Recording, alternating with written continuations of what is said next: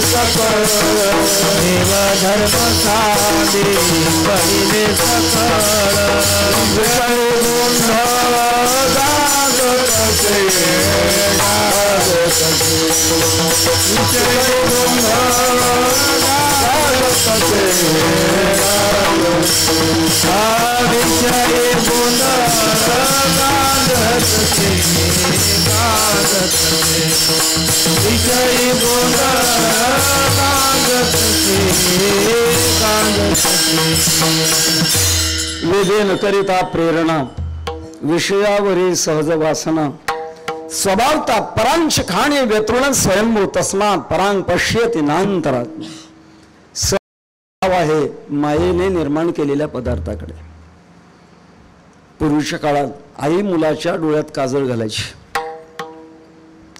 आणि ते काजळ घालणं इतकं सोपं नव्हतं महाराज. विद्यमान काळामध्ये काजळाचा विसर पडलेला आहे. त्याचं कारण आहे जेव्हा माणसं घरी जन्मत होती आणि घरीच मरत होती तेव्हा काजळ होतं. आता बदल झालेला आहे. माणसं जन्मतात दवाखान्यात आणि मरतात कुठे? धन्य तोची जगी आधी अंत सांभाळी. आता काजळ जवळजवळ राहिलेलं नाही. पण पूर्वी काजळ होतं. आमचं 70 वर्षाचं वय, अजून आम्हाला ज्ञानेश्वर वाचण्याकरता चष्मा लागत नाही. आमच्या आईचे उपकार आहेत, डोळ्याची निगा चांगली घेतली. पण काजळ घालताना मात्र सोपं नव्हतं मला. काजळाची डबी आईने उचलली की मुलाने धूम ठोकलीस.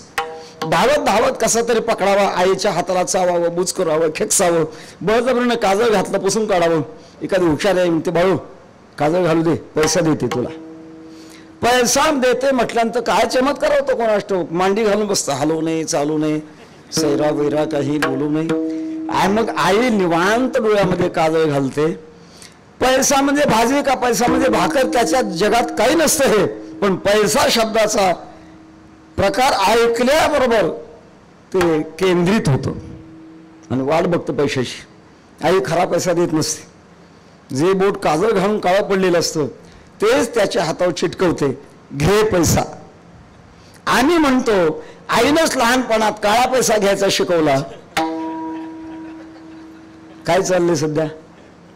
माया केंद्रितपणा आहे. तेव्हा पहिला वर्ग आहे तो माया केंद्रित आहे. प्रत्यक्षात जगद्गुरु तुकोबारायासारखे संत घरावर देव घ्या म्हणत आलेले, पण माया केंद्रित जीव मात्र त्याला नाकारतात. देव न लगे, देव न लगे, साठवण्याचे रुंदले जागे. वैकुंठ वाशी गुरुवारी दुंडा महाराज दृष्टांत संघाची गंमत सांगतो जातात. एक हिंदी भाषिक कुटुंब होतं. कुटुंबातला घर करता जवळजवळ 85 वर्षाचा होता. आजारी पडला. दवाखान्यात नेल्यानंतर डॉक्टरने सांगितलं औषधम जालनवी तोयम वैद्य नारायण म्हणजे आता काही होणार नाही. त्याची वाचा बंद झालेली होती. शेवटी मुलं आस्तिक होती. मुलांना असं वाटलं की बापाने जाता जाता भगवंताचं नामचिंतन करावं. अंतकाळी याच्या नामाले मुखा तुका म्हणे सुखा पार नाही. आपल्या बापाकडनं भगवंताचं नामचिंतन व्हावं या दृष्टिकोनातून त्यांनी विनंती केली, डॉक्टर साहेब काही करा, आमच्या बापाला जाता जाता बोलता यावं असं काहीतरी करा. महाराज सांगायचे डॉक्टरांनी हेमगर्भाची मात्रा आणली, मधामध्ये उकळली आणि त्या म्हाताऱ्याच्या जिभेवर घासली. थोड्याच वेळा त्याला बोलता येऊ लागलं. मुलं जवळ गेली. बाबा बाबा राम राम कहो. बाबा ने सांगितलं राम के तरफ तो 200 रुपये है, 2 बरस हो गए, देता नहीं, मंगा केला. त्याला वाटलं पहिला डाव फसला. दुसरं बाबा बाबा कृष्ण कृष्ण कहो. कृष्ण म्हटल्यानंतर गावामध्ये कृष्ण नावाचा माणूसच होता आणि त्याच्याकडे 1000 रुपयाची बाकी होती. म्हाताऱ्याच्या डोक्यामध्ये ती बाकी आली. जवळजवळ विष्णू सहस्त्रनाम संपलं, म्हाताऱ्याची बाकी संपेना. शेवटी मुलाला वाटलं या बाबाला आता काय करावं, देवाचं नाव घेता आलं पाहिजे. कमीत कमी राम कृष्ण विश्वम विष्णू वषटकारो ही नावं विशेष नाम आहेत. कमीत कमी देवाचं सामान्य नाम का होईना पण बाबाला घेता यावं. म्हणून मुलांनी सांगितलं बाबा देवदेव कहो. म्हातारं म्हणतंय अरे देव या न देव तगादा आता करतो रहो. ज्याला म्हणतात माया केंद्रित. कुठलाही प्रसंग जरी निर्माण झाला तरी मायेच्या पलीकडे न जाणं अशा प्रकारची जी वृत्ती आहे त्याचं नाव आहे माया केंद्रितपणा. कदाचित माया केंद्रितपणा हा आकर्षित असेल पण तो पूर्णत्वाचा मात्र निश्चित नाही. सामान्य प्रापंचिक भौतिकवादी माणसाला ते आकर्षण करत असेल पण त्याच्यातून निश्चितच अशा प्रकारचा आनंद नाही. आमच्या जिल्ह्यातले एक साखर कारखान्याचे चेअरमन एका कीर्तनाला आले होते. कीर्तन संपल्यानंतर थोडंसं बसले बैठकीला, म्हटले महाराज तुम्हाला एक अनुभव सांगायचा. म्हटलं सांगा. आणि आम्ही ब्राझीलला गेलो होतो. ब्राझील असा एक देश म्हणाले की ज्याच्यावर जगाच्या साखरेचे भाव अवलंबून आहेत. 8 महिने पाऊस पडतो, जिकडे तिकडे उसाचीच मळे आहेत.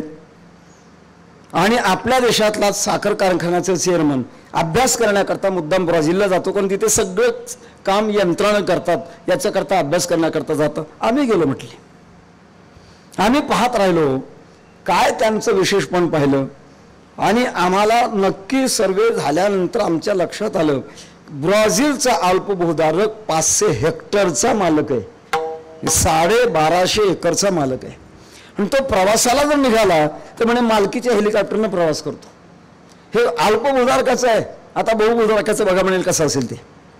आम्ही कुतूहल म्हणून, कौतुक म्हणून अनेकांच्या घरी भेटी देत गेलो. पण प्रत्येकाच्या बैठकीमध्ये आम्हाला काही विशेष गोळ्या पाहायला मिळाल्या. आम्ही घर मालकाला विचारायचं, ह्या गोळ्या कशाच्या हो? त्यांनी चटकन सांगायचं, या गोळ्या खाल्ल्याशिवाय आम्हाला झोपच येत नाही. मला म्हटले महाराज एवढं वैभव असताना सुद्धा त्यांना झोप घेण्याकरता गोळ्या खाव्या लागतात. मी म्हटलं साहेब आमच्या देशातली माणसं सुखी आहेत, गोळ्या न खाताना कीर्तनात सुद्धा झोपी घेतात. थोडासा खोडसर विरोध केला. सगळ्याच इथे तसा हा माया केंद्रितपणा जो आहे तो बाकीच्या दृष्टिकोनातून किती जरी उंचावला गेला तरी सर्वात निकृष्टपणाचा आहे. आणि माया केंद्रित अवस्था उल्लंघन करून ज्यांना आत्मकेंद्रित अवस्थेमध्ये यायचं आहे त्यांना संतांची संगती अत्यंत आवश्यक आहे. बैसता संतांचे संगती, बैसता संतांचे संगती, बैसता संतांचे संगती, बैसता संतांचे संगती. आले कमलापती, आले कमलापती, आले कमलापती, कमलापती. आपुली कोणी करणावती,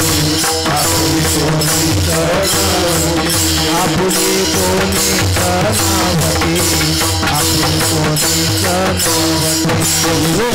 चित्ते दृढ झाला, चित्ते दृढ झाला, चित्ते दृढ झाला, चित्ते दृढ झाला. सदा संतांचे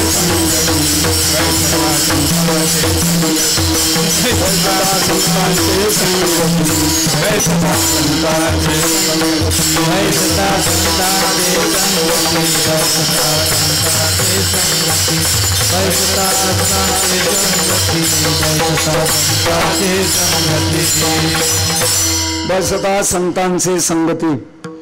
कळो आले कमळापती, आपुले कोणीच नव्हते, निश्चय चित्ती दृढ झाला. संतांची संगती अत्यंत आवश्यक आहे. निमिषार्ध संत संगती, वास वैकुंठी कल्पांती. ज्याचं पूर्वीचं नाव रत्नाकर होतं, नारदांचा थोडा सहवास झाला, वाल्मिक ऋषी झाले. किती संगती झाली होती? अत्यंत थोडी संगती झाली होती. माया केंद्राच्या काही कक्षा ओलांडणाऱ्या महापुरुषांमध्ये सुद्धा जगाचं मत परिवर्तन करण्याची ताकद येते. छोटासा वेगळा प्रसंग पण सांगून जातो. गौतम बुद्ध प्रवास करत होते आणि प्रवास करत असताना अरण्याचा भाग लागलेला होता. लोकांनी मज्जाव केला, महाराज जाऊ नका पुढे. एक माणूस आहे, तो देवीचा भक्त आहे आणि 1000 अंघोळी बांधून तो आपल्या देवीला घालून नवस फेडणार आहे. त्याचं नाव आहे अंगुलीमाल. जाऊ नका, फार क्रूर येतो. गौतम बुद्धांनी सांगितलं अशाच माणसाची आम्हाला गरज आहे. पुढे जाता जाता एक म्हातारी बाई भेटली. बाबा कुठं चाललात? नका जाऊ पुढे, माझा मुलगा आहे पुढे, अत्यंत क्रूर आहे, माणसं मारतो, एक बोट काढतो आणि दोऱ्याला बांधतो. त्याला 1000 अशा प्रकारची बोट हवी आहेत, 999 झाली आहेत, एक कमी आहे. त्याने मला काल तंबी दिली, आई उद्या जर गिराईक नाही मिळालं तर नंबर तुझा आहे. ज्याला आई कळत नाही त्याला माणूस काय करणार आहे? बाबा नका पुढे जाऊ. गौतम बुद्धांनी ऐकलं नाही, समोर गेले. तो राहत होता त्या परिसरात. कौन है यहाँ असं म्हटल्याबरोबर अंगुलीमालला वाटलं आलं गिराईक. हातामध्ये फरशी कुऱ्हाड घेऊन आला. आणि आल्यानंतर विचारलं, कोण आपण? माझ्या देहाला गौतम बुद्ध म्हणतात. गौतम बुद्धांनी आपली मान खाली वाकवली. तेवढ्याच प्रसंगामध्ये बदल झाला आणि एका क्षणात अंगुलीमाल बदलला. त्याने बौद्ध धर्माची दीक्षा घेतलेली लंकेमध्ये त्याचा प्रचार केला. काही माया तत्वाच्या कक्षा ओलांडल्यानंतर माणसामध्ये काय सामर्थ्य येतं आपल्याला हे कळण्यासारखं आहे.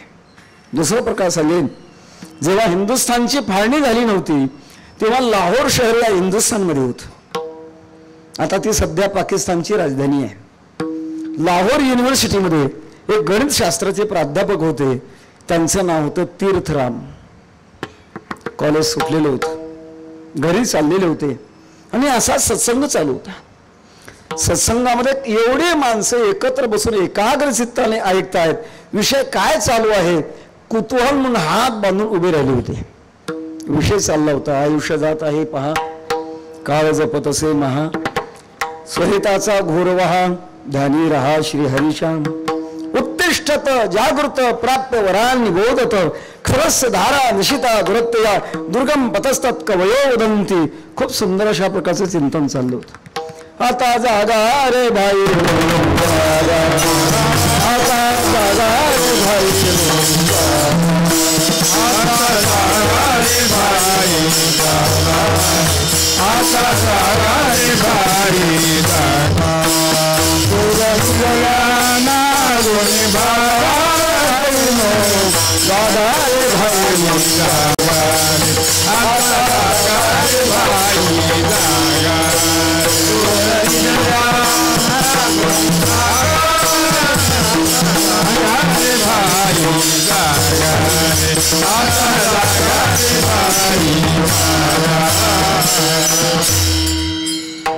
चालू होतं चिंतन.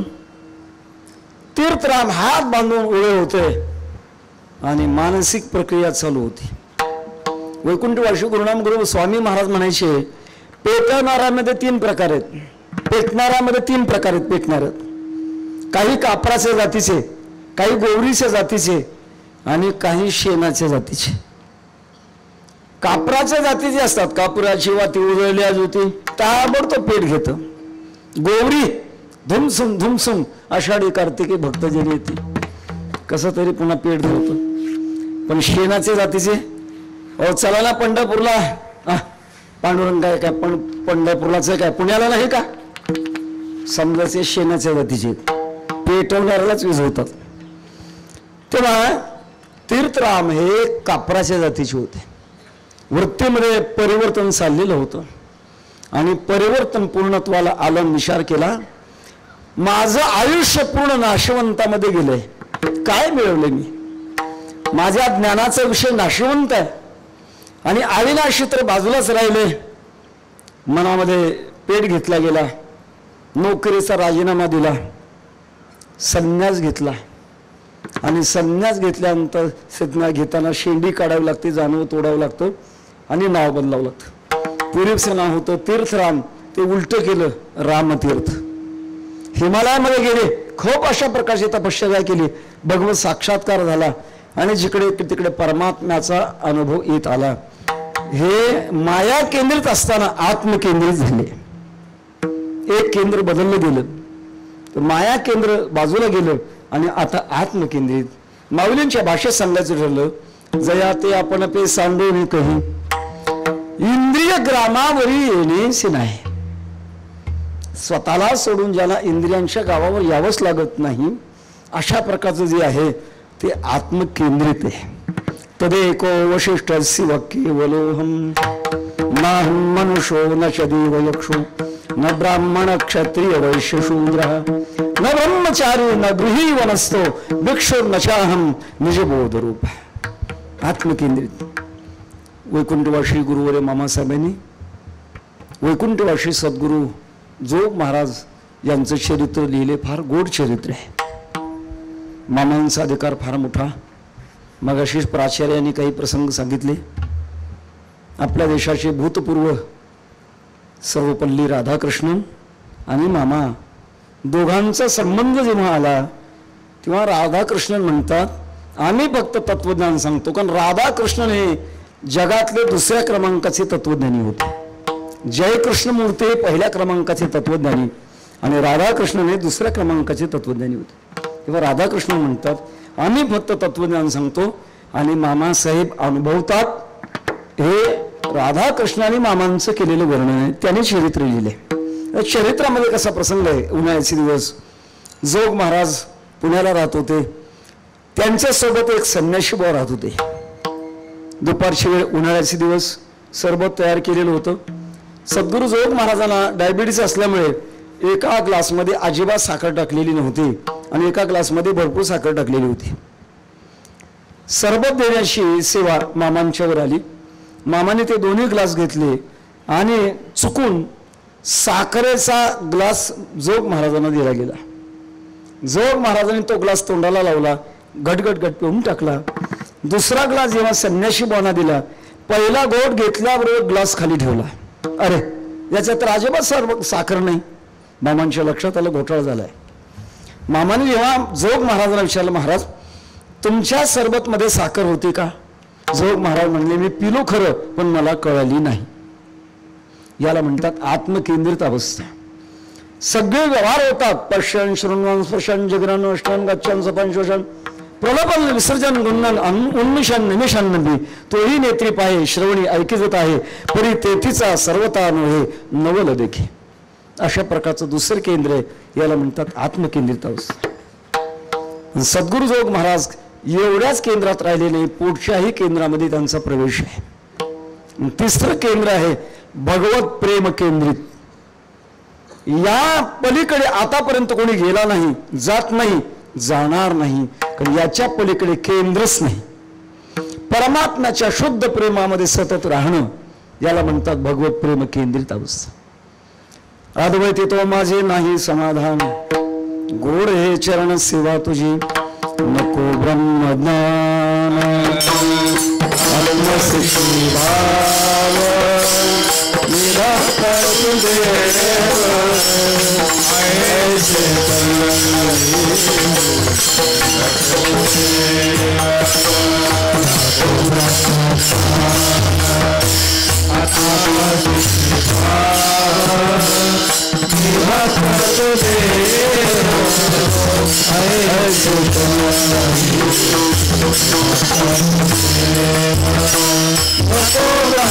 ब्रह्मज्ञान आत्मसिद्धि भाव ब्रह्मज्ञान आत्मसिद्धि भाव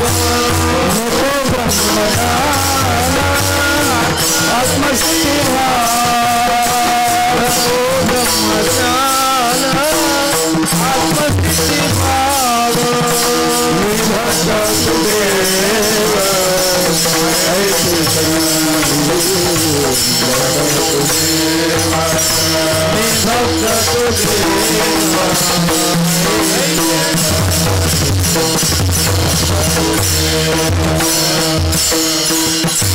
ज्याने माया केंद्राचं उल्लंघन केलंय, आत्मकेंद्राचं उल्लंघन केलंय आणि भगवंताच्या भक्ती प्रेम केंद्रामध्ये जे एकत्र आले, आता याच्या पलीकडे जाणे नाही. जगातही या पलीकडचे कुठल्याही प्रकारचं केंद्र नाही. जगद्गुरु तुकोबाराय भगवत प्रेम केंद्रित ही त्यांची भूमिका आहे. आणि भगवत प्रेम केंद्रित असणारे जगद्गुरु तुकोबाराय प्रत्येकाच्या जीवनामध्ये आदर्श असतो.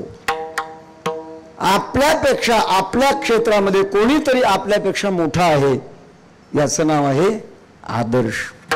जसं आता आमच्या वारकरी शिक्षण संस्थेचे आजी माजी सर्व विद्यार्थी या सर्वांच्या जीवनामध्ये गुरु रे बाबा आदर्श आहेत की ज्यांच्याकडे पाहून आम्ही काही परमार्थाच्या साधना घेतो, काही निर्णयावर येतो. अशा प्रकारचं आदर्श, अशा प्रकारचं व्यक्तिमत्व असतं प्रत्येकाच्या जीवनामध्ये. मृदंग वादक आहेत, दोघांच्या मनामध्ये आपल्यापेक्षा कोणीतरी श्रेष्ठ वादक त्याचा आदर्श आहे. गायक मंडळीच्या जीवनामध्ये सुद्धा आपल्यापेक्षा सुद्धा कोणीतरी ज्येष्ठ आहे अशा प्रकारचा भाव असतो. आणि एक गंमत सांगे, जो माणूस आपल्यापेक्षा मोठ्या माणसाला मोठं समजतो खऱ्या अर्थाने तोच मोठा होत असतो. जो आपल्या जीवनामध्ये कोणालाच मोठं समजत नाही तो कधीच मोठा होत नाही. विठ्ठल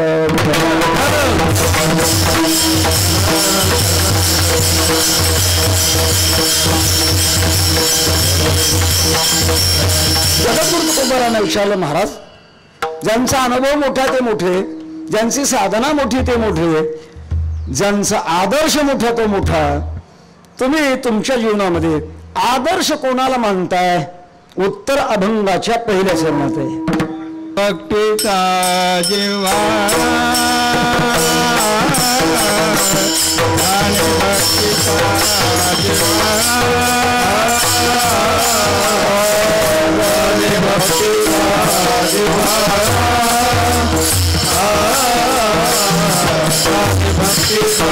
जिव्हाळा आणि भक्तीचा जिव्हाळा आणि भक्तीचा जाने भक्तीचा जिव्हाळा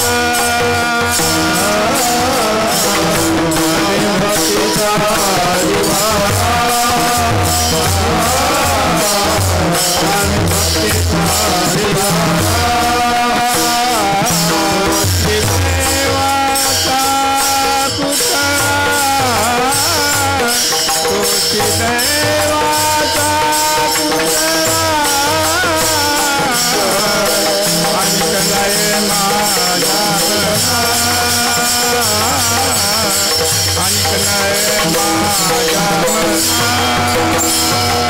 तुझी देवाचा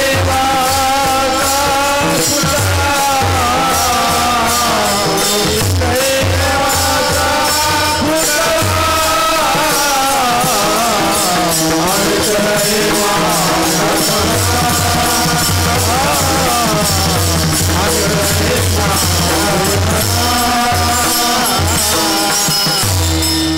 जाणे भक्तीचा जिव्हाळा तोच दैवाचा पुतळा. भक्तीचा जिव्हाळा जो जाणतोय, जाणणं याचा अर्थ केवळ ज्ञान असा आपण घेऊ शकतो, पण त्याचे अर्थ आपल्याला दोन करावे लागतील.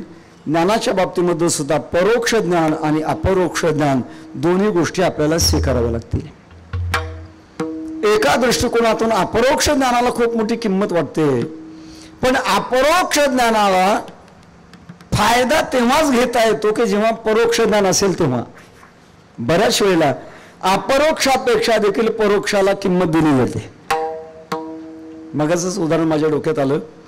एवढे चांगले 4 वक्ते सुंदर अशा प्रकारचे व्याख्यान करत होते आणि नंतर त्या स्क्रीनवर काहीतरी एक वक्ते विजय भट हे बोलत होते, पण श्रोत्यांची एकाग्रता ते पाहताना जेवढी होती तेव्हा व्याख्यान होत असताना नव्हती. ते परोक्ष आहे आणि अपरोक्ष आहे. काही वेळेला माणसाला अपरोक्षापेक्षा परोक्ष वेगळं वाटतं. एखादी पूज्य व्यक्ती आपल्या समोर आहे, बोलतोय आपण त्यांच्याशी, पण बोलता बोलता जर फोन आला तर बोलणं बंद करतो आणि फोनवर बोलतो. फोनवर बोलणारा परोक्ष का अपरोक्ष आहे? तो परोक्ष आहे, त्याच्याबरोबर आपण बोलतो. म्हणजे अपरोक्षाला बाजूला ठेवतो आणि परोक्षाकडे आपण जातो. आपल्या चिंतनामध्ये परोक्ष ज्ञान तो नसे असत्वावृत्ती हेतुतः अपरोक्ष ज्ञान नाश्या अभानावृत्ती हेतुतः. परोक्ष ज्ञानाने बुद्धीचा विकास असतो आणि अपरोक्ष ज्ञानामध्ये हृदयाचा विकास असतो. विठ्ठल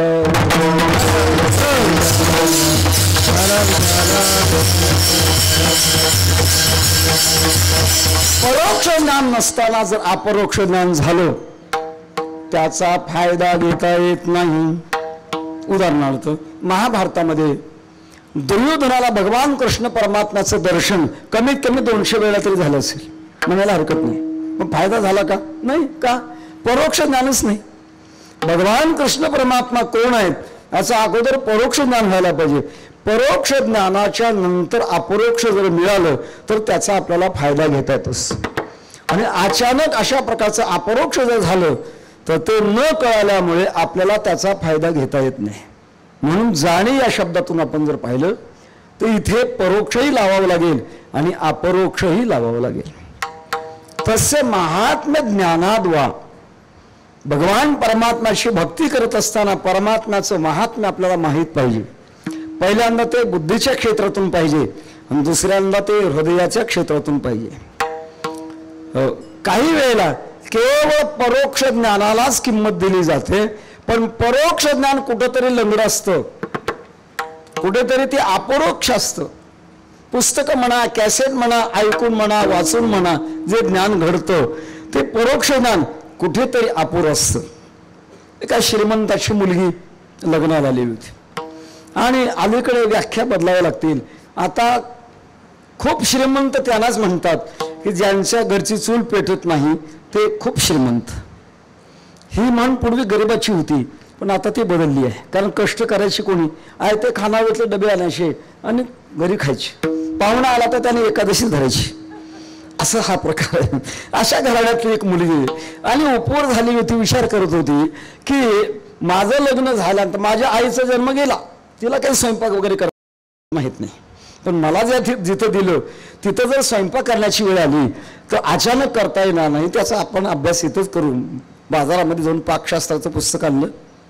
पहिल्या धड्यापासून तो शेवटच्या धड्यापर्यंत पाठ केलं आणि आपल्या मैत्रिणीला आणून सांगितलं, बघ आता मला स्वयंपाक चांगला करता येणार. मैत्रिणीने विचारलं, कुणी शिकवलं तुला, काय शिकायची गरज आहे? विद्यमान काळामध्ये सोयी आहेत, पुस्तक आहे, टेप आहेत, सगळ्या कॅसेट आहेत. मैत्रिणी म्हटलं, अगं तसं नसतं, कोणीतरी शिकवणार लागतं, अपरोक्ष ज्ञान करून देणारं लागतं, परोक्ष ज्ञानात नसतं. नाही, तुझा काय विश्वास नाही आहे माझ्यावर, एक काम कर, उद्या सकाळी माझ्या घरी चहा पिण्याकरता ये. कारण पाकशास्त्रामध्ये पहिला धडा चहा कसा करावा, माझ्या हातचा पहिल्यांदा तयार झालेला चहा पिण्याकरता तू ये. ठीक आहे म्हटलं, येईन, पण 8:30च्या पुढे मी 1 मिनिटं थांबणार नाही, मला गडबडे गावाला जायचं. काय हरकत नाही म्हटलं, लवकर करून दे. अगोदरच्या दिवशी बाजारामध्ये जाऊन स्टोव विकत घेतला, रॉकेल घेतलं, काड्याची पेटी घेतली, पातेलं घेतलं, दूध घेतलं, साखर घेतली, चहाची पावडर घेतली, सगळं साहित्य घेतलं आणि दुसऱ्या दिवशी सकाळी 8 वाजता स्टोव पेटवला. ते मिश्रण तयार केलं, स्टोव भरभर जळत होता आणि ते पुस्तक घेऊन पुन्हा पुन्हा वाचन चालू होतं. 8:25 झाले. मैत्रीण आली, झाला का चहा? नाही झाला. सुरुवात उशिरा केली का? नाही, 8 वाजता सुरू केली. चहा किती करायचा आहे? 2 कप. मग 2 कप चहा स्टोअर करण्याकरता 25 मिनिटात होत नसतो का? काही अडचण आली का? म्हणे हो अडचण आली आहे. काय अडचण आली आहे? हे पहा, पुस्तकात सांगितल्याप्रमाणे सगळं मिश्रण तयार केलंय, पण तयार केलेल्या मिश्रणाचं पातेलं स्टोअर ठेवत असताना उतानं ठेवायचं का पालतं ठेवायचं हे पुस्तकात नाही. परोक्ष ज्ञान लंगड असतं महाराज, कधी ते पूर्णत्वाला जात नसतं. याच्याकरता बुद्धीची प्रगती जशी आवश्यक आहे तशी हृदयाची सुद्धा प्रगती आवश्यक आहे. विठ्ठल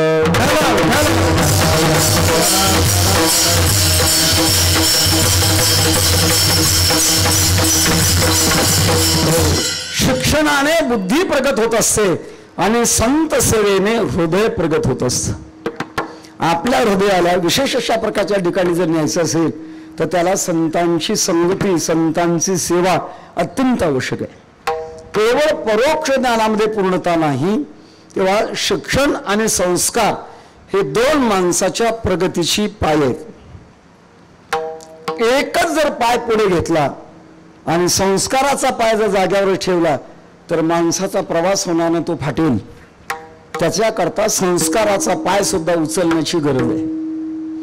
केवळ बुद्धिमत्तेने आपण सर्व काही मिळवू असं जर वाटत असेल तर ती बुद्धिमत्ता एखाद्या वेळेला स्वतःलाही फसवल्याशिवाय राहणार नाही. शाळेच्या परीक्षा झाल्या होत्या मुंबईला, कॉलेजमधल्या 4-5 मुलं मद्रासकडली एका ठिकाणी राहत होती, शिक्षण घेत होती आणि गावाकडे जायचं होतं. रेल्वे स्टेशनवर आले. ज्या गाडीने प्रवास करायचा होता ती गाडी गच्च भरली होती. काय करणार होता? पाय ठेवायला जागा नाही. त्यातला एक बुद्धिमान त्याने सांगितलं, बघा एक काम करा, आपल्याला बसायला मध्ये जायला प्रवेश करायला जागा नाही, पण तुम्ही एक काम करा, माझ्या मागे यायचं आणि मी म्हणेल तसं तुम्ही म्हणायचं. यालं तरी यारी लागे, मी करतो तसं करायचं. एका डब्याच्या जवळ गेला आणि मोठ्याने ओरडायला लागला, सर्प आला, सर्प आला, सर्प आला. मोठ्याने म्हणायला लागल्यानंतर सगळी मुलं सर्प आला, सर्प आला म्हणू लागली. गाडीतली सगळी माणसं घे सामान उतर खाली, घे सामान उतर खाली. सगळा डबा मोकळा झाला. त्याने आपली सगळी मित्रमंडळी डब्यामध्ये घेतली दार बंद केलं आणि सांगितलं आता मद्रासपर्यंत झोपून प्रवास करायचा. जागा मिळवली, पण कशातून मिळवली? बुद्धिमत्तेतून जागा मिळवली. आता मद्रासपर्यंत झोपून प्रवास करायचा. काही लोक असतात झोपेमध्ये फरक आहे माणसं. काही माणसं आडवं झाल्यानंतर त्यांना झोप लागते, काही माणसं असे असतात अगोदर झोपी जातात आणि मग आडवे होतात. ही चारही माणसं अशीच होती. ताबडतोब झोप लागली आणि बराच काळ निघून गेला. 2-3 तास होऊन गेले. तितक्यात जो या सर्वांचा गुरु होता त्याला जाग आली. खिडकीवर केली त्याने. समोर एक दिवा जळत होता. एक मनुष्य होता पुढे. त्याला हाक मारून घेतले, बाबा हे कोणतं स्टेशन आहे? त्याने सांगितलं हे जुनं याला TV नाव, अलीकडचं ST शिवाजी टर्मिनस नाव हे स्टेशन आहे. काय म्हणताय? अहो 3-3.5 तास होऊन गेले, कमीत कमी ही रेल्वे पुण्याला जायला हरकत नाही, तुम्ही झोपेत आहेत का? बाहेरच्या माणसांनी सांगितलं तुम्हाला माहित नाही, या डब्यामध्ये सर्प घुसल्यामुळे याचं कनेक्शन तोडलंय. जे बुद्धीच्या द्वारे दुसऱ्याला फसवायला जातात ते नक्की फसल्याशिवाय राहत नाहीत. केवळ बुद्धीला प्रामाण्य देऊ नये. बुद्धीच्या बरोबर आपल्या हृदयाला सुद्धा प्राधान्य दिले पाहिजे आणि जेणेकरून हृदयाचा विकास होईल अशा प्रकारचं आपल्या जीवनामध्ये हवंय. तेव्हा हृदयाच्या विकासातून ज्यांनी भक्तीच्या जीवनाचा प्रवास हाताळला, अर्थात ज्यांच्या हृदयामध्ये भक्तीचा जिव्हाळा तयार झालाय. जिव्हाळा तयार होणं म्हणजे प्रेम तयार होणं. परमात्म्याची भक्ती करत असताना तत् सुख सुखीत्वम, भगवंताच्या सुखानेच आपण सुखी, अशा प्रकारची धारणा ज्याच्या हृदयामध्ये तयार झालेली आहे. कारण प्रत्येकाच्या जीवनामध्ये सत्य, ज्ञान आणि आनंद हे जसं आहे तसं प्रेम हे तत्व प्रत्येकाच्या जीवनामध्ये आहे. पंचदशीमध्ये श्लोक आहे, यमात्मा परानंद परप्रेमास्पदम यतः मानभुवम हि भूयासमिति प्रेमात्मने क्षते. प्रेम नावाचं तत्व आपल्या वृत्तीमध्ये आहे. फक्त एवढाच फरक आहे, या प्रेम तत्वाला आपल्याला कोणाशी जोडायचंय हा सगळ्यात महत्वाचा प्रश्न आहे. आपल्या संस्काराप्रमाणे, आपल्या साधनेप्रमाणे आपण प्रेम तत्वाला जोडत असतो. कोणी जडाला जोडत असतं, कोणी जीवाबरोबर जोडत असतं, तर कोणी देवाबरोबर जोडत असतं. माऊली सांगतात, जयाची आवडी केली मजसी कुळवाडी, भोग मोक्ष बापुडी त्यजिली कुळे. ज्याने भोगाचाही त्याग केला आणि मोक्षाचाही त्याग केला आणि भगवान परमात्म्याच्या स्वरूपामध्ये सगुण साकार भक्तीमध्ये आपलं मन रंगवलंय, अशा प्रकारचं जे ज्यांच्या जीवनामध्ये जिव्हाळा तयार झाला आहे तो खूप म्हणतात, जो परोक्ष आणि अपरोक्ष वृत्तीनं भक्तीचा जिव्हाळा जाणतो, अर्थात ज्याच्या अंतःकरणातलं प्रेम आटत नाही. सामान्यपणे माणसाच्या जीवनातलं शुद्ध प्रेम जर नसेल तरी भीतीनं तरी आटतं किंवा प्रलोभनाने तरी आटल्याशिवाय राहत नाही. भीतीनंही आटतं, पण शुद्ध प्रेम असल्यानंतर भीती जरी किती निर्माण झाली तरी ते आटत नाही. रामायणातला प्रसंग आहे, जेव्हा कुंभकर्णाला जागं करण्यात आलं आणि आता ही झोपेची वेळ नाही, युद्धाची वेळ आहे. कुंभकर्ण विचारतो कोणाबरोबर युद्ध करायचंय? अयोध्येचे राजा दशरथ यांचे चिरंजीव प्रभू रामचंद्रांच्या बरोबर युद्ध करायचं. का बरं? राम काही अतिरेकी नाही, त्याने का स्वारी केली? तुमच्या बंधूने त्यांची पत्नी पळवून आणली. का आणली? परत दे म्हणावं. काही माणसं आडदंड असतात पण नीतीने फार चांगली असतात, काही सोमक बोलतात पण नीतीने फार कटू असतात. हा कुंभकर्ण आडदंड होता पण नीतीने फार चांगला होता. त्याने सांगितलं परत द्यायला पाहिजे. नाही नाही चालत नाही, ऐकत नाही, ते युद्ध करावं लागतं. कुंभकर्ण नाईलाजाने युद्धाला प्रवृत्त झाले. का? पक्षनिष्ठा. पक्षनिष्ठेपोटी कुंभकर्ण युद्ध करण्याकरता प्रवृत्त झाला आणि झाल्यानंतर तो वानर मारू लागला. मोठा त्याचा विग्रह, देह मोठा, असं मुठीत धरायचं, दाबायचं, मारायचं, दाबायचं, मारायचं, असं दाबून मारता मारता एक वानर त्याच्या हातामध्ये आलं. सुगंध सुटला, मूठ आवरणं थांबला.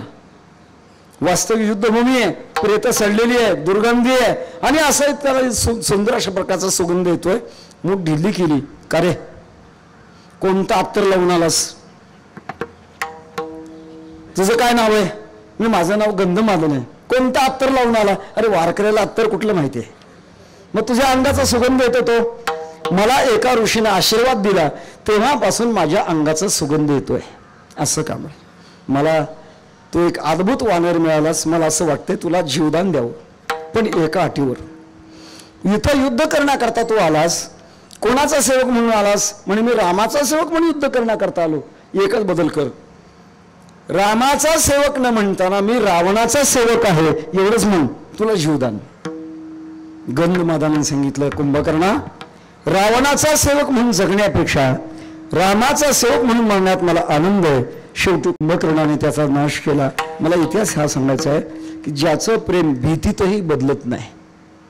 दुसरा प्रकार आहे ज्याचं प्रेम प्रेमातही, ज्याचं प्रेम प्रलोभनातही भंगत नाही. किती मोठे प्रलोभन ठेवा, शुद्ध प्रेमामध्ये बदल नाही. काही वेळेला माणसं बदलतात, भीतीने तरी बदलतात, नाही तर प्रलोभनाने तरी बदलतात. एका ठिकाणी अशी कथा चालू होती आणि कथेमध्ये गावातल्या एका प्रतिष्ठित माणसाला एक मुलगा हाताला धरून आणायचा आणि पुढे येऊन बसवायचा. बरं बसे नका, प्रकार असा असायचा. कथेचं मंगलाचरण सुरू झालं की बाबाच्या झोपेचं मंगलाचरण सुरू व्हायचं आणि कथेची आरती झाली की बाबाच्या झोपेची आरती व्हायची. परिणाम कथा पडायची. काय करणार? एक दिवस झाला, दुसरा दिवस झाला, तिसऱ्या दिवशी कथेकेरी महाराजांनी त्या मुलाला बाजूला बोलवलं. ए बा, अरे ते बाबाला मागे बसत जा. पुढे बसतात आणि झोप घेतात, कथा पडते माझी. मुलांनी सांगितलं, महाराज बाबा प्रतिष्ठित आहेत, मागे बसायला तयार नाही. मग एक काम कर, खिशातनं ₹1 काढला, हे घे. बाबा झोपी चालले की काठीने डवसायचं, अजिबात झोपी जाऊ द्यायची ना. हा ते करतो म्हटलं. बाबाला अजिबात झोपी जाऊ देणार नाही, काठीने डोचू डोचू त्यांना जागा ठेवतो. चौथ्या दिवशी मुलाने बाबाला अजिबात झोपी जाऊ दिली नाही. कथा रंगली. महाराजांना आनंद वाटला, ₹1 कामाला लागला. 5व्या दिवशी जेव्हा मुलाने बाबांना पुढे आणून बसवलं, बाबा चक्क झोपी गेले. कथा पडली. मुलाला बाजूला बोलून घेतलं, का रे तुला परवा दिवशी ₹1 दिला होता बाबाला जागा ठेवण्याकरता आणि आज खुशाल तो झोपी जाऊ दिलंस? मुलांनी सांगितलं, महाराज असं झालं. घरून निघताना बाबा म्हटले, हे पा, तू काल मला अजिबात झोपी जाऊ दिले नाहीस, हे ₹2 घे, माझी झोप मोडू नको. 2 मधून 1 वजाबाकीमध्ये गेलं. याला म्हणतात प्रलोभन. पण शुद्ध प्रेमामध्ये प्रलोभनही नाही आणि भीतीही नाही. अशा प्रकारचं सातत्य ज्या वृत्तीमध्ये असतं, ज्या आकर्षणामध्ये असतं, जिव्हाळा त्याला म्हणतात. निर्निमित्त आकर्षण, त्याचं नाव आहे जिव्हाळा. जिवेचे या जीवा, प्रेम भावाचे या भावा, तुझं वाचवणी केशवा अनुनावडे अनुसरली. निर्निमित्त अशा प्रकारचं आकर्षण. तो मज व्हावा, तो मज व्हावा, वेळोवेळा व्हावा पांडुरंग. का व्हावा? उत्तरच नाही, फक्त व्हावा. हा जो जिव्हाळा आहे, ज्याच्या वृत्तीमध्ये हा जिव्हाळा बनलेला आहे, जाणी भक्तीचा जिव्हाळा, त्याची व्याख्या, त्याचं मोठेपण तुकोबाराय सांगतात. तोच दैवाचा पुतळा, मूर्तिमंत दैवाचा तो पुतळा. दैव त्याला म्हणतात. पूर्वकृत कर्माचं अनुकूल फळ जेव्हा ज्या मिळत असतं तेव्हा त्याला दैव म्हणतात. दैव जैसे कौतिके कधीच दैन्य न देखे. ज्याच्या जीवनामध्ये कधीच दीनता पाहायला मिळत नाही, समजायचं तो दैववान आहे. भगवत भक्ती करणारी माणसं जगामध्ये सर्वात मोठी दैववान आहेत. आम्ही दैवाचे दास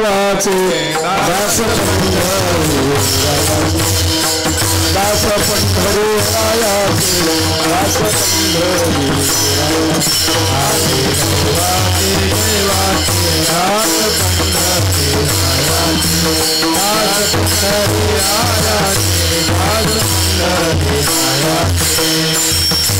भगवत भक्त जेव्हा भक्ती करत राहतो तेव्हा जगातले सगळे भाग्य आपणहून त्याच्याकडे येत असतात. योग भाग्य घरा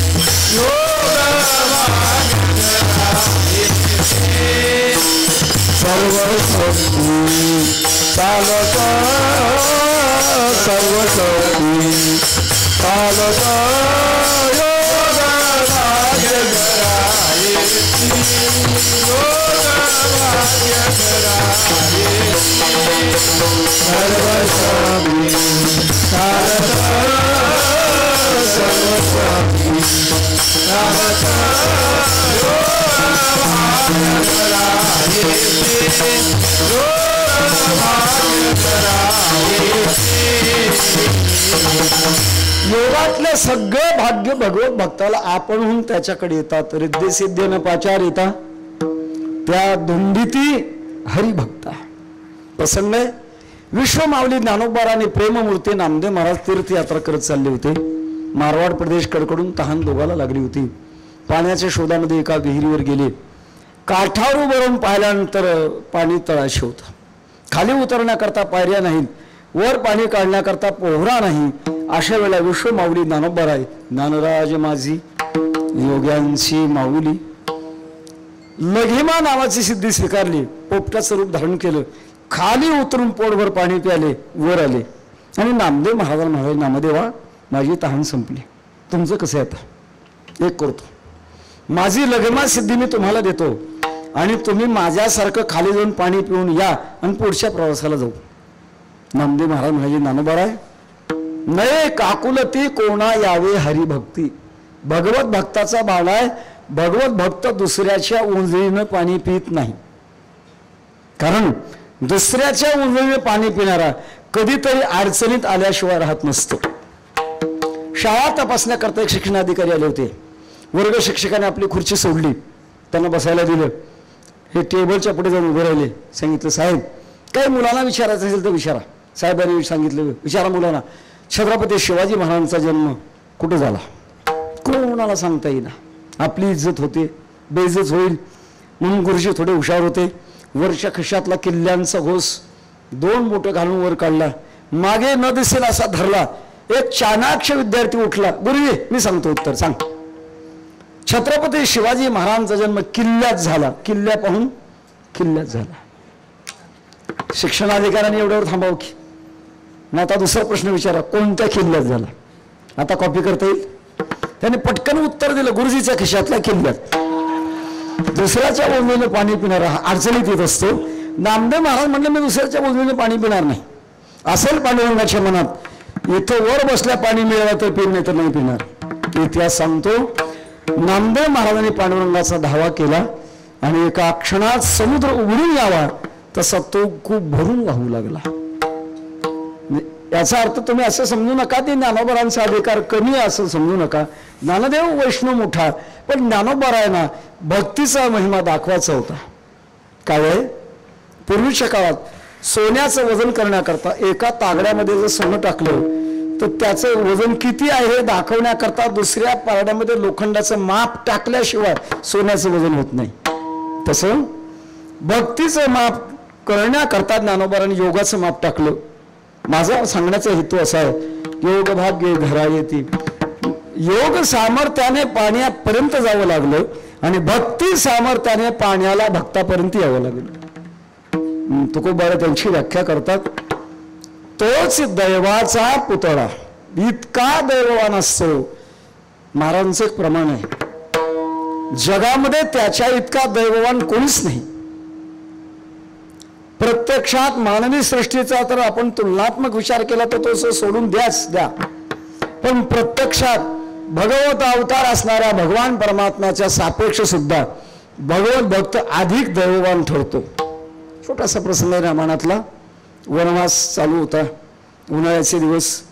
प्रभू रामचंद्रांच्या आणि लक्ष्मण सीता मातेच्या अंगावर चटके पडत होते उन्हाचे. कुठेतरी सावलीला बसण्याची गरज होती. जाता जाता रस्त्याच्या काठी एक झाड लागलं होतं. भगवान प्रभू रामचंद्र सावली करता झाडाखाली जाऊन बसले. भगवती सीता माता देखील त्या सावलीखाली बसल्या. लक्ष्मणजी फळमुळं आणण्याकरता बाजूला गेले. सीता मातेचं लक्ष सहज वर झाडाकडे गेलं. प्रकार असा होता, त्या झाडावर एक वेली पसरलेली होती. मोठ्याच्या मोठ्या कल्पना असतात. सीता मातेने भगवान प्रभू रामचंद्रांना आपलं मनातला भाव सांगितला, प्रभू काय वेली भाग्यवान आहे, वृक्षाच्या आधारानं पसरली आहे. भगवान प्रभू रामचंद्र म्हणतात, सीते वेली भाग्यवान नाही, वृक्ष भाग्यवान आहे. कारण वेलीने वर आच्छादन टाकलंय, वृक्ष भाग्यवान आहे. नाही नाही, वेली भाग्यवान आहे. याला व्यंजनावृत्ती म्हणतात. बोलायचं एकीकडे, भाव दुसरीकडे, याला म्हणतात व्यंजनावृत्ती. आपला मित्र आपल्या घरी आला, अत्यंत स्नेहाचा, आणि त्याला वाढणारा घर मालक स्वतः वाढत होता. वाढण्याचे पदार्थ जवळ ठेवलेले होते. वाढता वाढता अतिप्रेमाचं लक्षण आहे, काहीतरी विसर पडणं हा प्रेमाचा भाव आहे. एक पदार्थ विसरला. जेवता जेवता अर्ध्यावर जेवण आलं होतं, पण त्या घर मालकाला तो पदार्थ वाढण्याची काही आठवण होतच नव्हती. जेवणारा जेवत असताना पुन्हा पुन्हा न वाढलेल्या पदार्थाकडे बघत होता. संसाराचं लक्षणच हे आहे, मिळालेला आनंद संपतो आणि न मिळालेल्यामध्ये आनंद वाटतो, याचं नाव संसार आहे. ताटातले एवढे चांगले पक्वान असताना सुद्धा त्याचा आनंद उडलेला होता आणि न वाढलेल्या पदार्थाकडे सारखं मन जात होतं. शेवटी तो थोडा युक्तिवान होता. वैकुंठवासी गुरुवारी मामांच्या भाषेमध्ये हुशार, कंसात लबाड म्हणायचे, हुशार होता. त्याने आपल्या त्या मित्राला सांगायला सुरुवात केली, कार्य काल मी शेतातून येताना असा मला सर्प पाहायला मिळाला. त्याची जाडी सांगू लागलो तर माझ्या पिंढरी एवढा जाड होता, आणि लांबी सांगायची म्हटली माझ्या ताटापासून तो पापडाच्या ताटापर्यंत लांब होता. त्याच्या लक्षात आलं की साप का लांबला, याला म्हणतात व्यंजनावृत्ती. सीता माता वेलीला स्वतः आपण समजत होत्या. भगवान प्रभुरामचंद्र वृक्षाला स्वतः आपण वृक्ष समजत होते. दोघांचं भांडण चालू होतं, दोघांचं इंडिकेट सिंडिकेट काही थांबायला नव्हतं. अशा वेळेला थोड्या वेळानं लक्ष्मणजी आली, आणि आल्यानंतर लक्ष्मणजींना भगवान प्रभुरामचंद्र सांगतात, लक्ष्मणा आम्हा दोघांचं भांडण चालू आहे. ती म्हणते वेली भाग्यवान आहे, मी म्हणतो वृक्ष भाग्यवान आहे, तू न्याय दे, खरं कोण भाग्यवान आहे? लक्ष्मणाने सांगितलं, भगवंता तुम्हा दोघांच्या भांडणामध्ये आम्हाला कशाला पाडता? असे न्यायाधीश आणि परीक्षक एका बाजूला नेहमी अडचणीत असतात. परीक्षकाला सुद्धा ज्यांना पहिला नंबर दिला तो म्हणतो फार चांगले आहेत, आणि खालचे म्हणतात आम्हाला खाली दिला, हे परीक्षक चांगले नाहीत. न्यायाधीशाच्या बाबतीमध्ये सुद्धा ज्याच्या विरोधात न्याय गेला ते म्हणतात न्यायाधीश चांगला मॅनेज झालाय. तसा प्रकार असतो. आम्हाला कशाला या भानगडीत पाडता? तुम्ही ठरवा कोण भाग्यवान आहे, तो तुम्ही ठरवा. वेली भाग्यवान म्हणावं तर तुम्हाला राग येईल, वृक्ष भाग्यवान म्हणावं तर आईसाहेबाला राग येईल. दोन्ही कडून मी वजाबाकीमध्ये जाणार आहे. काय ठरवायचं ते तुम्ही ठरवा. शेवटी भगवान प्रभुरामचंद्र म्हणतात, नाही रे लक्ष्मणा, खरं तू सांग, मला काय राग यायचं कारण आहे? खरंच काय राग आहे? तुला जे खरं वाटतं ते सांग. भगवती सीता माता देखील म्हणाल्या, मलाही राग यायचं कारण नाही, तुम्हाला जे खरं वाटतं ते खरं सांगा. दोघांची परवानगी झाल्यानंतर लक्ष्मणजी म्हणतात, हे बघा आता तुमचं दोघांची परवानगी झाली म्हणून सांगतो, वृक्षही भाग्यवान नाही, वेलीही भाग्यवान नाही, दोघांच्या सावलीला बसणारा लक्ष्मणच भाग्यवान आहे. तयाहुनी कोणी नाही भाग्यवंत, अखंड सांगात विठोबाचा. या न्यायाने जगद्गुरु तुकोबा म्हणतात, तोच दैवाचा पुतळा. आणि असा जो आहे ना त्याच्याविषयी आग्रह तुकोबारा सांगतात, माझ्या जीवनामध्ये तोच आदर्श आहे. अरंगाच्या दुसऱ्या चरणामध्ये सांगतात, माझ्या मना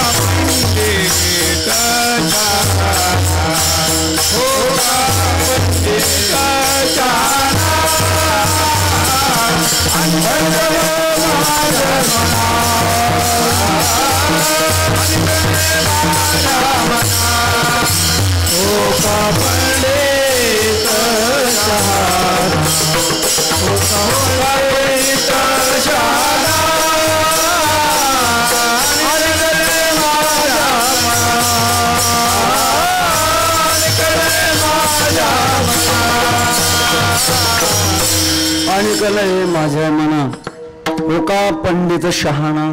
माझ्या मनाला दुसरं कोणीच येत नाही. याच्यातून आपण थोडासा विचार जर करू गेलो तर तुकोबार आहे, माझ्या मनाला येत नाही म्हणजे स्वतःला काही मोठं समजतात का?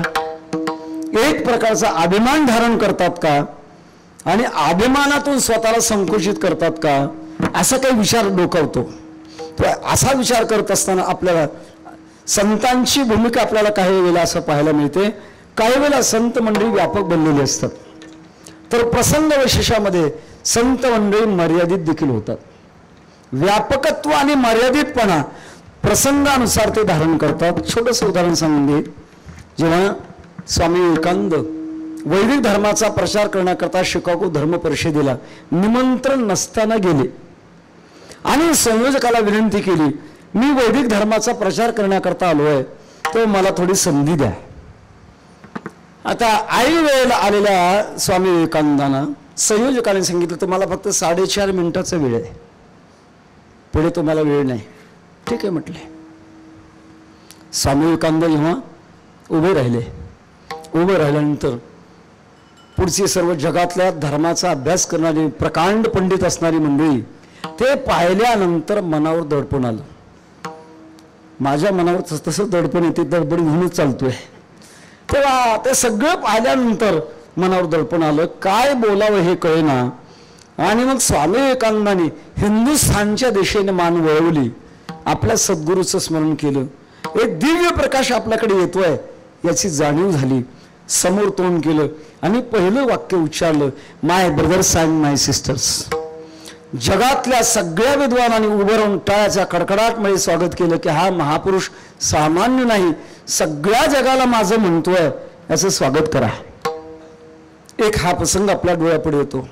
तसाच परत स्वामी परिषदेला चालले होते आणि जात असताना वेश मात्र भारतीय होता. वैकुंठवाशी परमश्रद्धे प्रातस्मरणीय रामसुखदाजी म्हणायची, संस्कृती जगवावी वाचत असेल तर 4 गोष्टी बदलू नयेत: देशभाषा, वेशभूषा, खानपान आणि देह संबंध बदलू नये, तर संस्कृती जगेल, नाही तर जगणार नाही. आठवण येते पूज्य मामांचं. प्राचार्याने मगाशी काही प्रसंग सांगितले, जे मुंबईला रुईरा कॉलेजमध्ये गेले, पण मी या वेशात तुम्ही स्वीकारत असाल तर ठीक आहे, नाहीतर मी वेश बदलणार नाही. आणि मला पाहिल्यानंतर तुम्हाला देवाची आठवण होते, मी किती भाग्यवान आहे. हा भाव ज्याने आपल्या जीवनामध्ये सांभाळला. देश भाषा बदलली नाही. आम्ही बरीच कीर्तन ऐकली, पण मामांच्या कीर्तनातून चुकूनही इंग्रजी शब्द आला नाही, चुकूनही आला नाही. शुद्ध अशा प्रकारच्या मराठी भाषेमध्ये बोलायची. आता इथे लहान लहान मुलं आहेत, लहान मुलांना प्रयोगात्मक आपण विचारूया, बाळाओ तुम्हाला शृंगार शब्द कळतो का रे? शृंगार कळतो का? नाही कळणार. मेकअप कळतं का? मेकअप कळतं. शृंगार कळत नाही, मेकअप कळतं. शृंगार हा इंग्रजी शब्द आणि मेकअप मराठी शब्द आहे. त्यांची चूक नाही महाराज, आपली चूक आहे. आपण ज्या माय बोलीला ज्ञानोबा म्हणतात, माझा मराठाची बोल कौतुके अमृतातही पैजा जिंके, असं ज्या मराठी भाषेविषयी ज्ञानोबा बोलतात. पण सध्या आपणच आपला प्रतिष्ठितपणा स्थापित करण्याकरता मराठी बोलत असताना इंग्रजी शब्द घालून बोलू लागलो, त्याचा दुष्परिणाम आहे. आणि काळ असा येईल की मराठी भाषिकांनाच मराठी कळणार नाही. कोणी म्हणे हा बुवा इंग्रजीच्या विरोधात दिसतो. आपण बघा, 70 वर्षाचा कालखंड लोटला, पण अजून आपली इंग्रजी भाषेची गुलामी संपली नाही. आपल्या महाराष्ट्राचा विचार जर केला, बँकेतले व्यवहार इंग्रजीत आहेत, कोर्टातले व्यवहार इंग्रजीत आहेत, रजिस्ट्री ऑफिसमधले व्यवहार इंग्रजीत आहेत, आणि म्हणतो आमच्या मराठी भाषेतून का नसावेत? कोणी म्हणलं हा बुवा इंग्रजीच्या विरोधात दिसतो. नाही, मी इंग्रजीच्या विरोधात नाही. शाळेत होतो तोपर्यंत माझा इंग्रजी भाषेमध्ये पहिला नंबर होता, मला दुसरा नंबर माहीत नव्हता. पण पुढचं वाक्य मी महत्वाचं बोलतो, प्रसंगवशामध्ये इतर भाषेचा आदर करावा, पण आपल्या भाषेशी अनन्य राहावं, तर भाषा जगेल, नाही तर जगणार नाही. काय सांगतो मी? तेव्हा देशभाषा, वेशभूषा, खानपान आणि देहसंबंध बदलू नये. आपण मामांच्याकडे जर पाहिलं तर 4ही तत्व मामांचे. आता देहसंबंध हा प्रकारच त्यांच्याकडे नव्हताच, कारण माझा देह स्त्रीची सेवा करण्याकरता नाही, ताडकन उठून आजन्म नैष्ठिक व्रत सांभाळणारे मामा, तर तो प्रकार त्यांच्याकडे पाहता येणार नाही. भाषा, वेशभूषा आणि खानपान या बाबतीमध्ये मग आपल्याला पाहता येतं, सांगण्याचं येतं. तसा स्वामी विवेकानंद जेव्हा भारतीय वेशातून चालले होते, भगवा फेटा, भगवी कपनी आणि भगवी लुंगी, जाता जाता पाश्चात्य देशातला एक तरुण समोरून येत होता. बहुतेक पाश्चात्य देशातली माणसं चिकित्सक असतात आपल्या देशातली माणसं स्वभावतः भाविक असतात. चिकित्सेतून विज्ञानाचा जन्म होत असतो आणि भाविकतेतून अध्यात्माचा जन्म होत असतो. आमचे चुलते वैकुंठवासी पद्मश्री शंकर बापू आपेगावकर सांगायचे, आम्ही जेव्हा परदेशामध्ये मृदंग वाजवण्याकरता जातो तेव्हा आमच्या मृदंगाची परीक्षा यंत्राने घेतात. कारण मृदंगाचं शास्त्र आहे, शाई पुढे जो स्वर आहे त्याच्या खर्जात धूम वाजलं पाहिजे, पडलेलंही नको कडकही नको असा नियम आहे. दुसरा नियम आहे, डाव्या हाताचं आणि उजव्या हाताचं वजन सारखं पडले पाहिजे. आता दोघे वाजवतात त्या पद्धतीप्रमाणे. पण ज्यांना मृदंगाचं शास्त्र कळत नाही ते धूम वाजवत नाहीत, धूम बडवत नाहीत, फोडतात. आणि मग गावंढळ माणसं असं ते करतात, काय मृदंग्या, एका कीर्तनात 2 धुमडे फोडले, वारे मृदंग्या, वेडी हळद कुठली, त्या म्हणतात. काय जर्मन देशाने एक मशीन बनवली म्हणतात आणि ती मृदंग वाजवणाऱ्याचे पुढे ठेवतात. ज्या हाताचं वजन कमी पडलं तिकडे लाल दिवा लागतो. मशीन म्हणते, चुकले कौतुक आहे महाराज, मृदंगाची विद्या आपल्या देशात जन्मली, आपण सांभाळली, परीक्षा त्यांनी घेतली कारण ते चिकित्सक आहेत. तो तरुण जेव्हा समोर आला आणि त्याने प्रश्न स्वामीजींना विचारलं, स्वामी सगळी वेशभूषा तुम्ही तुमच्या देशातली स्वीकारली आहे, पण आमच्या देशातला फक्त चप्पलच तुम्ही स्वीकारलेला दिसतोय, हे झालंय का केलंय? स्वामी विवेकानंदांचा संस्कृतीचा स्वाभिमान जागा झाला आणि एका क्षणात सांगितलं, तरुणा हे झालं नाही, आवर्जून केलंय. त्याचं कारण आहे, तुम्हा पाश्चात्य देशात संस्कृती भोगप्रधान आहे, तिला पायाखाली तोडवण्याकरता तुमचा चप्पल घेतलाय, आणि माझी संस्कृती त्यागप्रधान आहे, मी तिला डोक्यावर धारण करतो. याचा धरून अभिमान, याचा धरून अभिमान, याचा धरून अभिमान, याचा धरून अभिमान.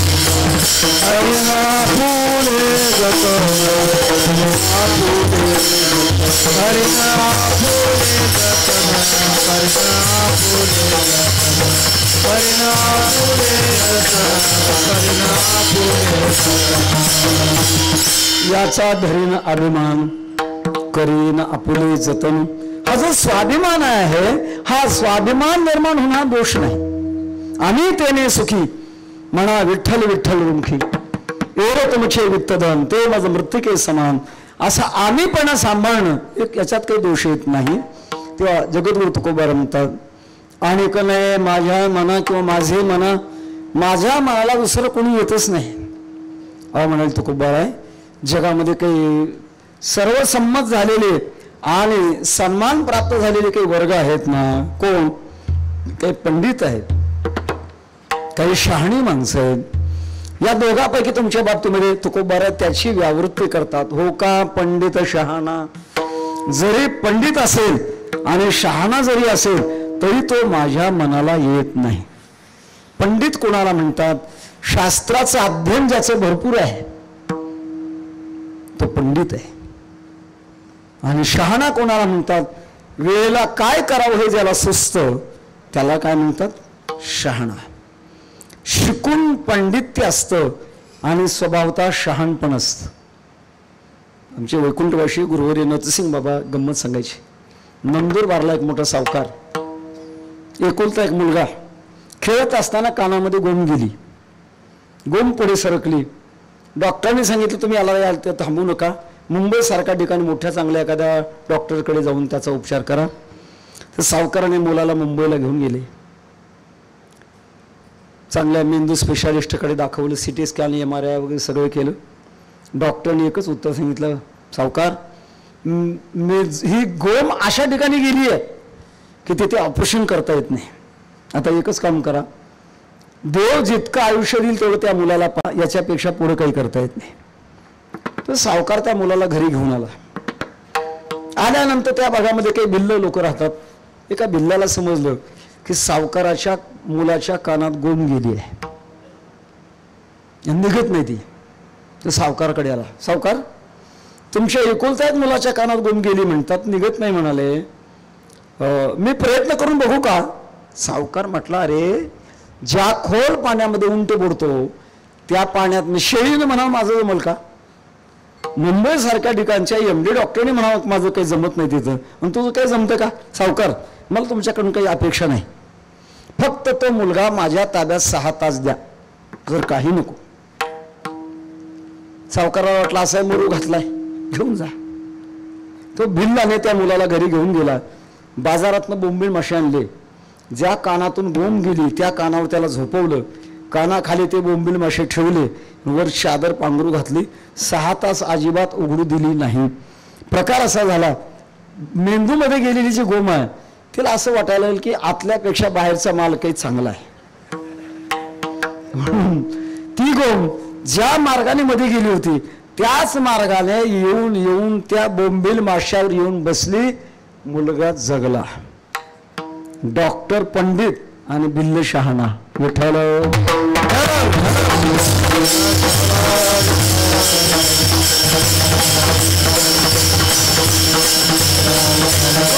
जगामध्ये पंडित असतील पण तो माझ्या मनाला येत नाही.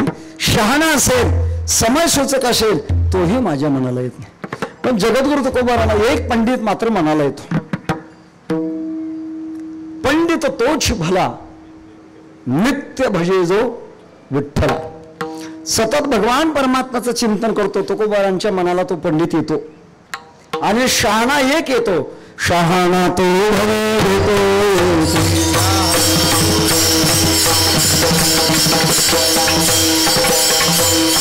रामणे सुते आहे सर्वा, रामणे सुते आहे सर्वा, रामणे सुते आहे सर्वा, रामणे सुते आहे सर्वा, राम तो धरी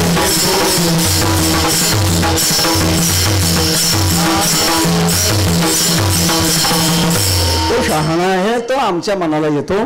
पण बाकीचे मात्र स्वदेशे पूज्यते राजा विद्वान सर्वत्र पूज्यते असं जरी असेल तर आम्ही त्याच्या मागे जाणार नाही. तो आमच्या जीवनातला आदर्श नाही. शेवटी तुकोबाराने विचारलं, महाराज ठीक आहे, भक्तीचा जिव्हाळा ज्याच्या हृदयामध्ये आहे तो दैववान आहे आणि तो तुम्ही तुमच्या जीवनामध्ये आदर्श निवडता. पण अंतःकरणामध्ये जिव्हाळा आहे हे ओळखण्याकरता कसं ओळखायचंय अभंगाच्या 3ऱ्या चरणात सांगतात. नाम रूपी जडले चित्त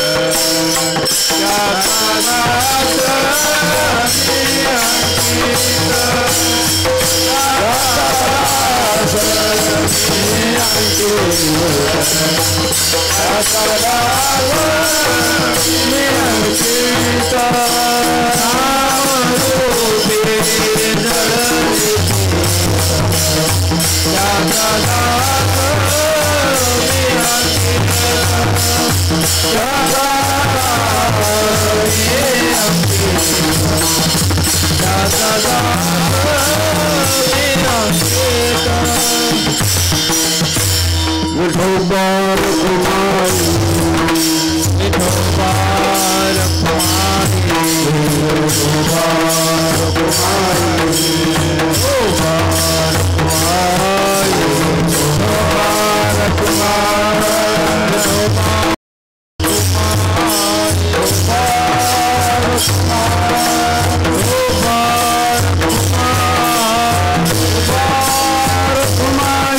विठोबार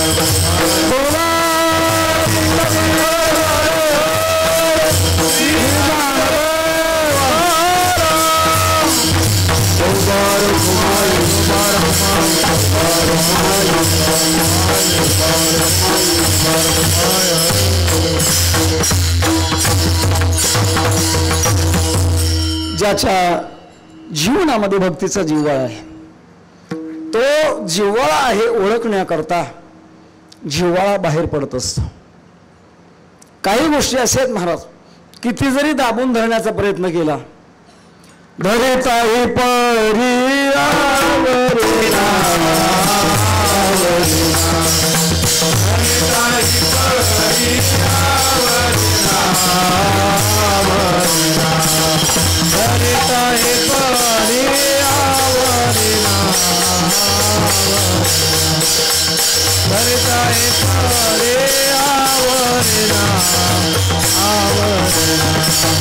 अंतरीचे धावे स्वभाव आहे, अंतरीचे धावे स्वभाव आहे, अंतरीचे धावे स्वभाव आहे, अंतरीचे धावे स्वभाव आहे.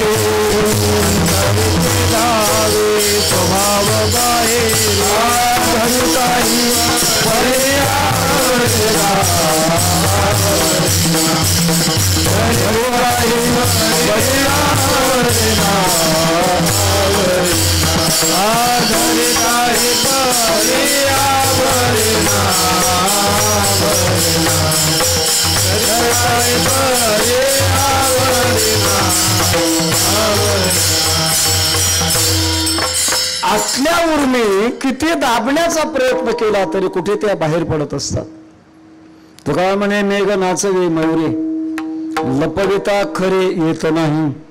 आतलं प्रेम अभिव्यक्त होतं ते कशा पद्धतीने अभिव्यक्त होतं? महाराज सांगतात, नामरूपी जडले चित्त. परमात्म्याच्या नामात आणि रूपामध्ये ज्याचं चित्त जडले एक रूप झालंय. महाराज हा क्रम सांगत असताना इतका तत्वज्ञानाचा भाग सांभाळून सांगतात. कारण सामान्य जीवाच्या बाबतीमध्ये पाहिलं तर अगोदर रूप असतं, नंतर नाव असतं. उपजली या बाळकासी नाव नाही तयापासी, ठेवलेले नावेसी ओढे तुटे.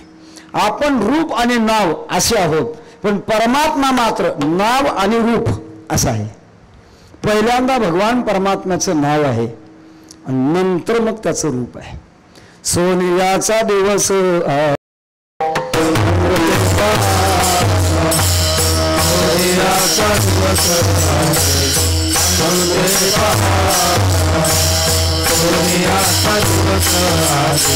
अमृते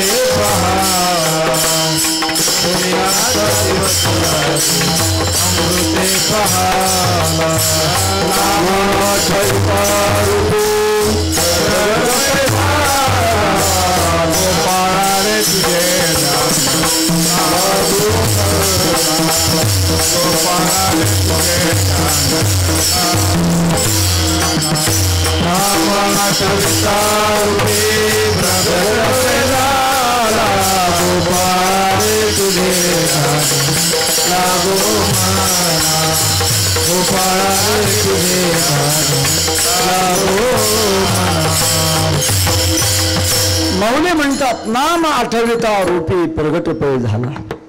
भगवान परमात्म्याचं पहिलं नाव आहे आणि आपण ज्या नावाचा उच्चार कराल भगवान परमात्मा त्या रूपात प्रगट होतात. नाम आणि रूप हेचे परमार्थ साधन. मुखे नाम हृदय ध्यान. ज्याला भक्ताची आसक्ती ज्याला म्हणतात, ती भक्ताची अंतःकरणातली आसक्ती 3 ठिकाणी जाते. एक गुणासक्ती, नामासक्ती आणि रूपासक्ती. एरवी जी आसक्ती संसारामध्ये माणसाला रडवते तीच आसक्ती भगवत भक्त भगवंतावर समर्पण करतो. म्हणून मगाशी विषय होऊन गेला, वारकरी संप्रदायामध्ये परित्याग नसून परिशुद्धी आहे. परित्याग करणं सोपं आहे, पण परिशुद्धी करणं अवघड आहे. संप्रदायामध्ये केसाची लांबी वाढवण्याला महत्व नाही, कपड्याचा रंग बदलवण्याला महत्व नाही, बाह्य रंगाला कुठलंही महत्व नाही, अंतरंगाला महत्व आहे. ज्याच्या वृत्तीमध्ये भगवान आसक्ती ज्याने भगवंताच्या नामात ठेवली आहे आणि भगवंताच्या रूपात ठेवली आहे. संसारातली आसक्ती माणसाला रडवत असते आणि परमार्थातली आसक्ती सतत हसवत असते. नेहमी आनंदाच्या समुद्रामध्ये लोळण घ्यायला लावतेस. गरीब कुटुंब, 2-3 एकर कोरडवाहू जमीन, प्रपंच भागत नव्हता, प्रयत्न करत होता. भाग्याचे नि भडसे, उद्यमाचे नि विसे, संपत्ती जाता पैसे घर रिगे. बघता बघता तो संपत्तीमान होत चालला. 80-90 एकर जमीन, 40-50 एकर द्राक्षाची बाग, 20-25 एकर ऊस, राहिलेल्या केळी, प्रत्येक शेतामध्ये एअर कंडिशनचे बंगले, गाड्या, खूप मोठं त्याचं वैभव वाढलं. वय झालं होतं 85. उन्हाळ्याचे दिवस, कोरडा ठक्क उन्हाळा पडलेला होता. गावामध्ये 2-4 घरं होती. आणि सकाळी उठल्यानंतर कोणीतरी सांगितलं, बाबा तुमच्या अमक्या अमक्या गल्लीतल्या घराला आग लागली आहे. म्हातारं मोठमोठ्यानं रडायला लागलं. ते घर मिळवण्याकरता किती कष्ट केलं हो, आणि आता त्याला आग लागली म्हणतात. पाणी प्यायला मिळत नाही, कसं विझवलं जाईल, मोठमोठ्याने टाहोपून रडत होतं. इतक्या शेजाऱ्याच्या कानावरती ऐकू गेलं, का बाबा रडता? अहो एवढ्या कष्टाने मिळवलेलं घर होतं, पण ते जळायला लागलं म्हणतात, प्यायला पाणी मिळालं नाही, आणि आता कोण विझवणार आहे, कसं विझवणार आहे? शेजाऱ्याने सांगितलं, बाबा तुम्हाला माहित नाही, तुमच्या मुलाने ते घर विकलंय. विकलं म्हटल्याबरोबर म्हाताऱ्याचं रडणं नळ बंद करावा तसं बंद झालं. का? आता कोणाचं जळतंय? त्याने घेतलंय तसं जळतंय. नळ बंद झाला. 1-1.5 तासानंतर त्याचा मुलगा आला. चेहरा पडलेला होता. चल का रे, चेहरा पडला तुझा आज? बाबा काय सांगावं, त्या अमक्या अमक्या गल्लीतलं घर जळायला लागलं. अरे विकलं होतं म्हणे की. अहो विकलं होतं, पण सौदा माघारी फिरला, म्हाताऱ्याचा नळ पुन्हा सुरू झाला, पुन्हा रडायला लागलं. जळणारं घर रडवत नाही, घरावरचं आसक्ती ज्याला म्हणतात, तादात्म्य ज्याला म्हणतात, ते रडवतंय. आणि हीच आसक्ती जेव्हा भगवत भक्त भगवंताच्या ठिकाणी समर्पण करतो. काम क्रोधाधिकम तस्मिन्नेव करणीयम, नारद भक्ती सूत्रामध्ये चिंतन आहे. भगवान परमात्म्याच्या ठिकाणी काम क्रोध समर्पण कर. काम क्रोध आने वाहिले, काम क्रोध आने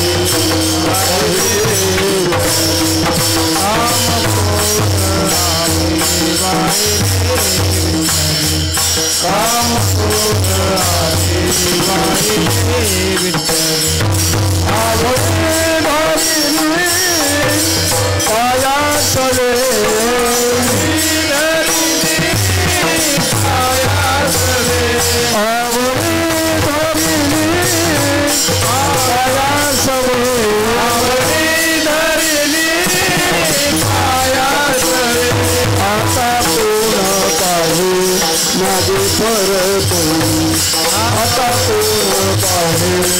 श्रवणं कीर्तनं विष्णु स्मरणं पादसेवनं अर्चनं वंदनं दास्यं सख्यं आत्मनिवेदनं.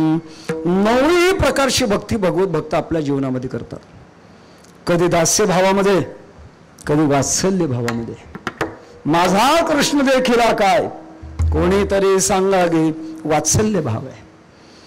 तू माझा स्वामी, मी तुझा रंक, पाहता न दिसे वेगळी. एक प्रकारचं ब्रह्मज्ञानातला ऐक्यात्मक अशा प्रकारची भक्ती आहे. कधी भगवंताचं श्रवण करणं, वाणी गुणानुकथने श्रवणो कथायाम. श्रीमद भागवतामध्ये या सगळ्या भगवत भक्तीची उदाहरणं आहेत. अशा प्रकारची भक्ती जो आपल्या जीवनामध्ये करतो, आणि त्याच्यामुळे भक्तीच्या द्वारा ज्याचं जीवन शुद्ध होतं. अशुद्ध कशानं होतं? काम क्रोधे देह मलिन. विकाराच्यामुळे जो काही देह मलिन झालेला आहे, ते विकारच ज्यांच्या जीवनातून गेलेले असतात, आणि ज्यांचं जीवन पूर्णपणे शुद्धत्वाला आलेलं असतं.